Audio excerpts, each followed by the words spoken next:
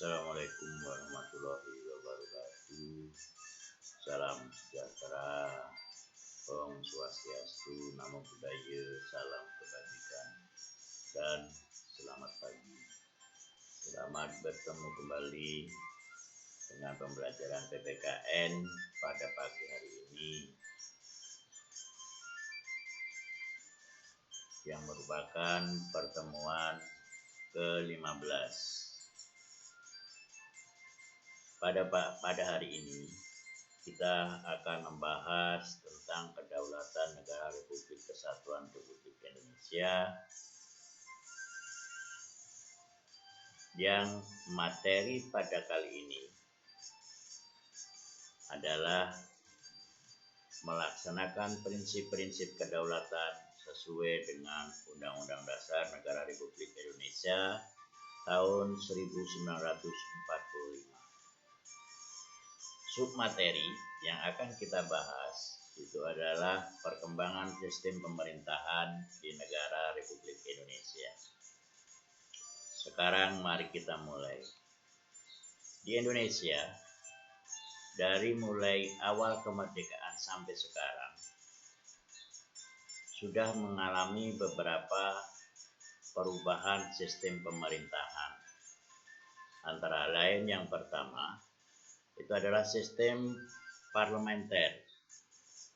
Itu berlangsung dari tahun 1945 sampai 1959, yaitu sampai munculnya Dekret Presiden 5 Juli 59. Sistem parlementer adalah sebuah sistem pemerintahan di mana parlemen memiliki peranan penting dalam pemerintahan itu sendiri.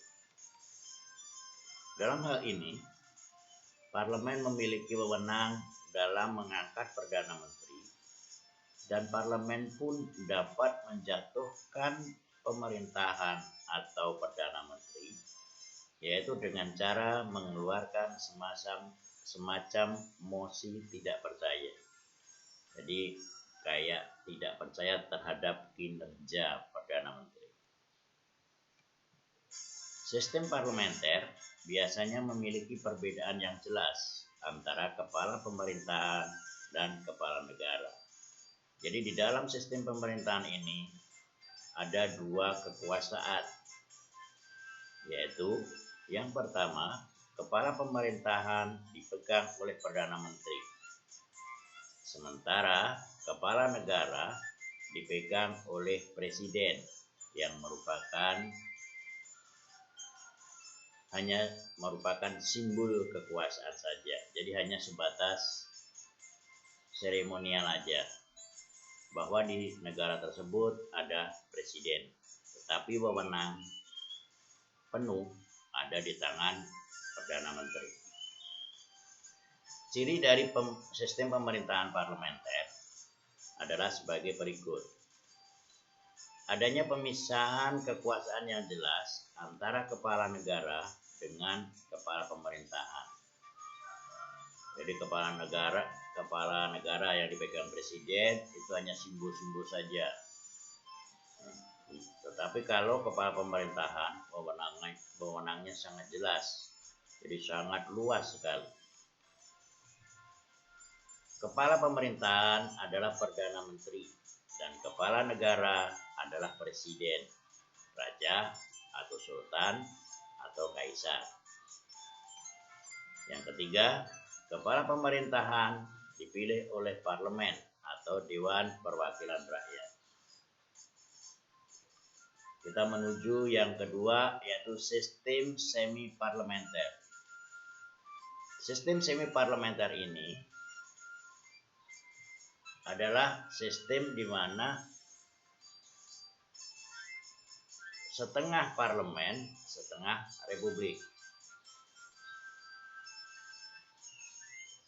Sebagai hukum dasar penyelenggaraan pemerintahan Republik Indonesia Serikat, maka pada tanggal 27 Desember 1949 disahkan Undang-Undang Dasar RIS. Hal tersebut berdasar pada bentuk negara.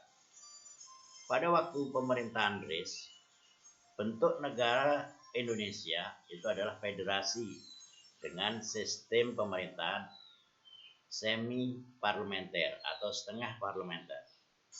Kenapa? Sebab pada waktu itu yang pertama, menteri diangkat oleh presiden. Yang kedua, Perdana Menteri diintervensi presiden. Jadi Perdana Menteri kekuasaannya dikurangi. Dan yang ketiga, kabinet dibentuk oleh presiden. Menteri-menteri secara perseorangan dan keseluruhan bertanggung jawab kepada parlemen. Jadi bertanggung jawab kepada Perdana Menteri-menterinya. Presiden berkedudukan sebagai kepala negara dan kepala pemerintahan. Jadi pada semi parlementer ini, presiden sudah mempunyai kedudukan sebagai kepala negara dan kepala pemerintahan. Kita menuju yang ketiga, sistem presidensil. Sistem presidensil atau disebut juga sistem kongresional merupakan sistem pemerintahan negara republik. Menurut Rockhoy, sistem pemerintahan presidensil terdiri dari 3 unsur. Yang pertama, presiden dipilih oleh rakyat memimpin pemerintahan dan mengangkat pejabat-pejabat pemerintahan. Yang kedua, presiden dengan Dewan Perwakilan Rakyat memiliki masa jabatan yang tetap, tidak saling menjatuhkan. Yang ketiga, tidak ada status yang tumpang tindih antara badan eksekutif dan badan legislatif. Jadi udah ada pemisahan kekuasaan, ini yang menjadi tugas eksekutif dan menjadi tugas legislatif.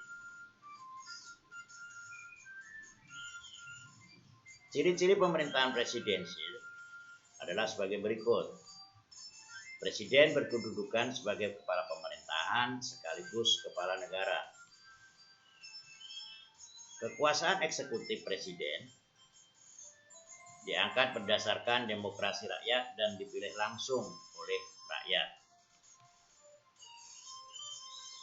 Presiden memiliki hak prerogatif atau hak istimewa untuk mengangkat dan memberhentikan menteri yang memimpin departemen dan non-departemen. Menteri-menteri hanya bertanggung jawab kepada presiden. Presiden tidak bertanggung jawab kepada kekuasaan legislatif. Undang-Undang Dasar 45 mengamanatkan bahwa sistem pemerintahan di negara Indonesia adalah sistem pemerintahan presidensil. Hal tersebut